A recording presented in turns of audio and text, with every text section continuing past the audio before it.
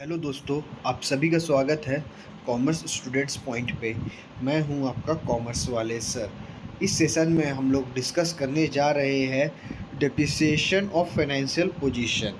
चलिए शुरू करते हैं गाइस। चलिए शुरू करते हैं दोस्तों। और हाँ दोस्तों, इस किसी ने भी मेरा इस ऑब्जेक्टिव्स ऑफ अकाउंटिंग का फर्स्ट पार्ट नहीं देखा है, उसका वीडियो का लिंक मैं डिस्क्रिप्शन में डाल दूंगा, वहाँ से जाके आप देख सकते हैं। चलिए हम लोग ऑब्जेक्टिव्स ऑफ अकाउंटिंग का रेस्ट पार्ट कंटिन्यू करते हैं, जिसका नेक्स्ट टॉपिक है depreciation of financial position. Accounting also aims at ascertaining the financial position of the business concerned in the form of its assets and liability at the end of every accounting period। दोस्तों, accounting का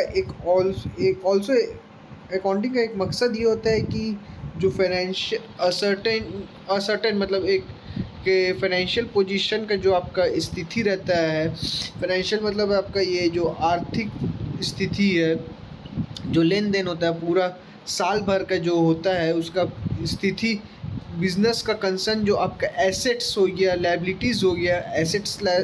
assets मतलब कि आप कोई चीज़ company में ख़रीद रहे हैं, जैसे फर्नीचर, मशीनरी, ये सब एसेट्स हो गया।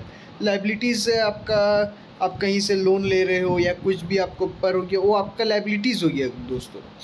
तो वो आखिरी का at the end of every accounting period, मतलब जो आखिरी का जो रहता है हर अकाउंटिंग पीरियड में, जैसे फाइनेंशियली ईयर, जैसे कि आप भी सबको पता होगा दोस्तों, इसे 1 अप्रैल से लेके 31 मार्च तक फाइनेंशियल ईयर रहता है। तो जो 31 मार्च को रहता है वो आपका फाइनेंशियल ईयर का जो आखिरी पीरियड रहता है, उसमें पूरा शो करना पड़ता है। हर बिज़नेस, जो भी बिज़नेस हो, चाहे स्मॉल बिज़नेस हो या स्मॉल कंपनी हो, जो भी आप बिज़नेस कर रहे हो, वो आपको पूरा शो करना पड़ता है उसमें। A proper record of resources owned by business organisation, assets and claims against such as resources, liabilities, facilitates the preparation of the statement known as balance sheet position statement।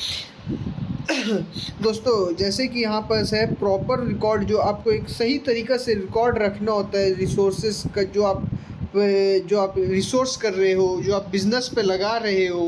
Assets का हो गया, या फिर आप किसी का कोई रिसोर्स पे जो आप अपने कंपनी पे लगा रहे हो, वो एसेट्स हो गया। आप किसी पे क्लेम कर रहे हो, वो लाइबिलिटीज़ हो गया। उसको पूरा अच्छा तरीक़ा से प्रिपरेशन, मतलब अच्छा तरीक़ा से बनाना पड़ता है स्टेटमेंट। उसको बोला जाता है बैलेंस शीट पोजीशन स्टेटमेंट। आप मान लीजिए आपके पास एसेट्स आया, आप एसेट्स खरीदे, उससे बेचे, लाइबिलिटीज़ हुआ, उसी से प्रॉफिट लॉस होता है। आगे मैं बताऊंगा दोस्तों, आगे मैं इसका बारे में इंफॉर्मेशन आगे मैं बताऊंगा।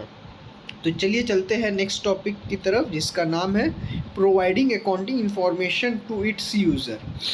The accounting information generated by the accounting process is the communicated in the form of reports, statement, graphs and charts to the user who need in the different decision situations। दोस्तों, ये इधर जो accounting information जो generate होता है, वो एक accounting process का ज़रिए होता है, जो कम्युनिकेट किया जाता है, जो एक बातचीत होता है। वो किस फॉर्म में, चाहे वो रिपोर्ट हो, एक रिपोर्ट का तौर पे आपका फाइनेंशियली ईयर का हो जाए, या फिर स्टेटमेंट दे दिया जाए, लास्ट 6 मंथ का लास्ट 1 ईयर का स्टेटमेंट मिल जाएगा आपको, उसका हो गया। या फिर एक ग्राफ्स का बदौलत पे कोई बिजनेस वाला है जो ग्राफ्स का बदौलत पे दिखा देता है कि हाँ, प्रॉफिट पे इतना जा रहा है, लॉस इतना हो रहा है, वो हो गया। चार्ट्स का बदौलत पे दिखाता है यूज़र को। जैसे डिसीज़न, जो यूज़र रहता है, इंटरनल और एक्सटर्नल यूज़र के लिए डिफरेंट डिसीज़न लेने situation to user who need in different decision situation, जो अलग तरीक़े से, मतलब जो डिसीज़न लिया जाता है स्थिति को देख के, मतलब अलग तरह से डिसीज़न जो लिया जाता है, निर्णय लिया जाता है सिचुएशन को देख के लिया जाता है कि हाँ मुझे और इसमें ये कंपनी में इन्वेस्ट करना चाहिए या नहीं करना चाहिए, कंपनी से मुझे शेयर ये कंपनी का शेयर बेचना चाहिए या ये कंपनी का शेयर और लेना चाहिए। ये सब डिसीज फाइनेंशियली ईयर को देख के ही उसे बाहर एक्सटर्नल यूज़र हो गया या इंटरनल यूज़र हो गया वो लोग डिसाइड करता है दोस्तों। As already stated, there are two main user group, viz internal user, mainly management who needs timely information on cost of sale, profitability, etc. for planning, controlling and decision making, and external user for planning, controlling and decision making। दोस्तों जैसे मैंने बताया कि दो होते हैं, internal user के लिए सिर्फ अंदर का उसका जो मेन मकसद होता है, जो मैनेजमेंट होता है, जो वो मैनेज करता है अपना जो कंपनी का जो चलाता है उसको मैनेजमेंट करता है वो होता है। उसको टाइमली इन्फॉर्मेशन मिलना चाहिए कि मेरा कॉस्ट ऑफ सेल, जो मेरा बिक्री हो रहा है, जो हम बिक्री कर रहे हो, मेरा कितना कॉस्ट ऑफ सेल हुआ, कितना में मेरा बिक्री हुआ उसका, और प्रॉफिट मेरा कितना प्रॉफिट हुआ। फॉर एग्ज़ाम्पल पे आप ये ले लीजिए दोस्तों कि जैसे कि आप ये समझिए कि कोई एक जैसे आपका ये मोबाइल कंपनी है, कोई एक एंड्रॉयड मोबाइल कंपनी है। वो एंड्रॉयड मोबाइल को बनाने में कॉस्ट उसको लगा 10,000 का उसको कॉस्ट लगा, और वो सेल कर रहा है 12,000 में, तो 12,000 में उसको बेच रहा है। तो 2,000 वही इंटरनल यूज़र को कॉस्ट ऑफ सेल कितना लग रहा है, क्या लग रहा है, वो सब उसको पता होना चाहिए इंटरनल यूज़र को, और प्रॉफिट पता होना चाहिए, ताकि उसका हिसाब से वो आगे का प्लानिंग और कंट्रोल कर सके और डिसीज़न ले सके। जैसे आगे का मान लीजिए एक मोबाइल है, उसका डिमांड बहुत आई है, तो प्लानिंग करके आगे बढ़ सकता है कि हाँ इसका स्टॉक कितना जाना चाहिए, क्या नहीं जाना चाहिए, वो सब होना चाहिए दोस्तों इसमें इंटरनल यूज़र का में। And external user who have limited authority, ability and resources to obtain the necessary information and have to rely on financial statement, balance sheet, profit and loss statement. Primarily the external user are interested in the following.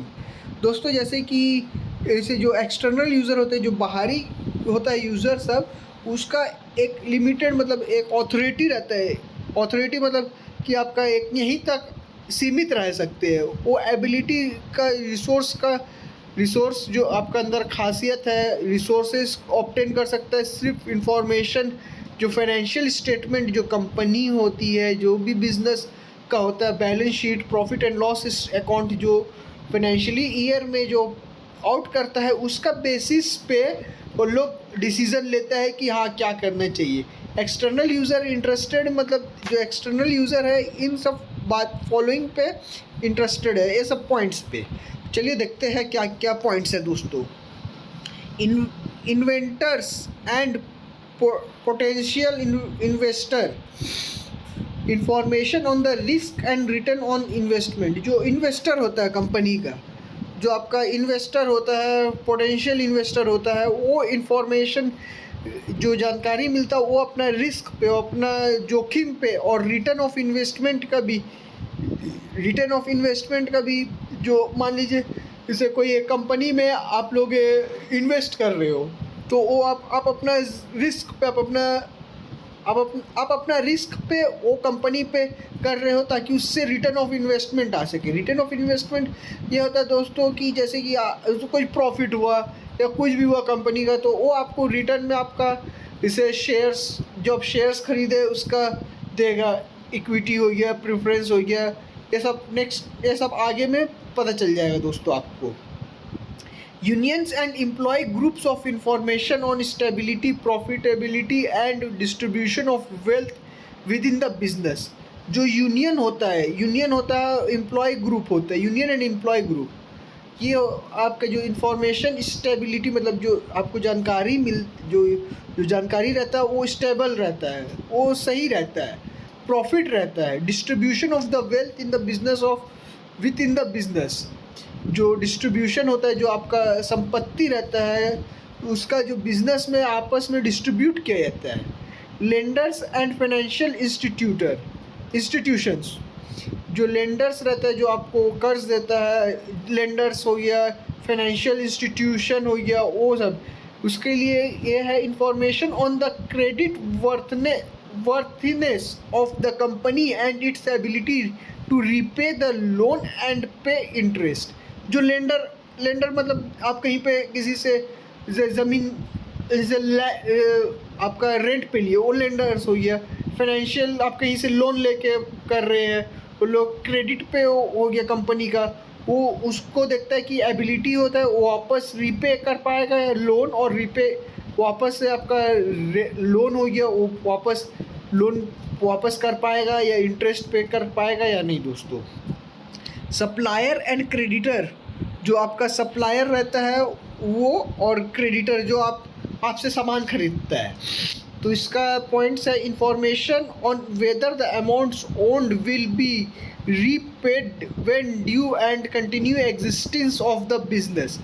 जो आपका supplier रहता है, जो creditor रहता है, वो ये देखता है कि आपका जो इंफॉर्मेशन है, अमाउंट जो आप लिए हैं वो वापस पेड कर पाएंगे या विद व्हेन ड्यू। जो आप जितना समय तक आप लोग लिए हैं उतना समय तक आप कर पाएंगे या नहीं कर पाएंगे वो दिखता है। और आगे बिजनेस एग्जिस्ट कर पाएगा या नहीं, मतलब आगे बिजनेस चल पाएगा नहीं दोस्त, आगे बिजनेस चलेगा या नहीं चलेगा, कंटिन्यू रहेगा या नहीं रहेगा, वो सब देख के सप्लायर सब देता है। Customer, information on the continue existence of the business and thus the probability of a continued supply of products, parts and after sales service।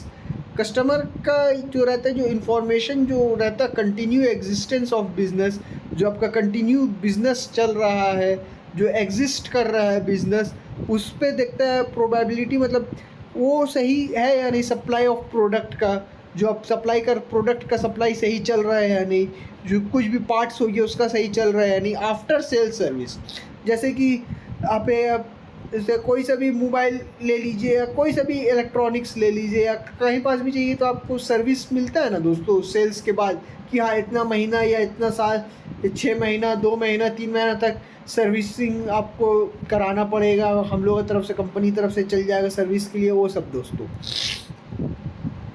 Government and other regulators information on the allocation of the resources and the compile to regulation। जो government रहता है, जो government और regulators रहता है, जो information जो मिलता है वो एलोकेशन मतलब एलोकेट करता है रिसोर्सेज का, एलोकेशन करता है रिसोर्सेज का, कंपाइलेशन ऑफ टू रेगुलेशन। जो रेगुलेशन होते रहते हैं, जो आपका रेगुलेट मतलब जो आपका रेगुलेशन मतलब कंटिन्यू चलते रहता है, कंपाइल होते रहता है उसके लिए। Social responsibility groups such as environment group, information on the impact of environment and its protection. जैसे कि सोशल रिस्पॉन्सिबिलिटी ग्रुप, आपका कोई भी सोशल वर्क के लिए आपका एक रिस्पॉन्सिबिलिटी ग्रुप होगी, जैसे कि इन्वायरमेंटल के लिए आपका हो गया इन्वायरमेंटल ग्रुप हो गया, उसका जानकारी के लिए जो इन्फॉर्मेशन निकलता है वो इम्पैक्ट करता है, वो असरदार रहता है कि जो इन्वायरमेंट है, जो आपका आसपास का जो इन्वायरमेंट है बाहरी क्षेत्र में, वो सही है या नहीं, वातावरण जो सही है या नहीं, और उसको प्रोटेक्शन भी करना पड़ता है। Competitors, information on the relative strength and weakness of their competition and for comparative and benchmarking purpose.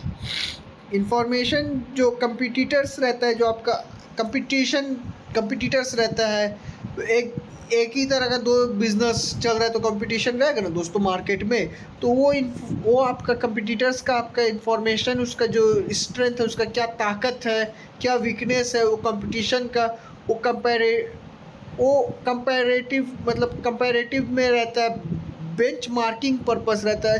हाँ उसका ये वीकनेस है कि हाँ मुझे इससे फ़ायदा होगा, उसका ये स्ट्रेंथ है कि हाँ अगर मान लीजिए किसी का एक स्ट्रेंथ तो उसका पास गुड सेल है, उसके पास आपका एक स्टाफ बढ़िया है, सेल्स अच्छा करता है या कुछ भी अच्छा करता है, तो वो स्ट्रेंथ पे नहीं जाके जो उसका वीकनेस है वो उसका में जाके फ़ायदा उठाने की कोशिश करेगा ऑपोजिशन जो भी कंपिटिटर्स रहेगा। Whereas the above categories of user share in the wealth of company, competitors require the information mainly for strategic purpose.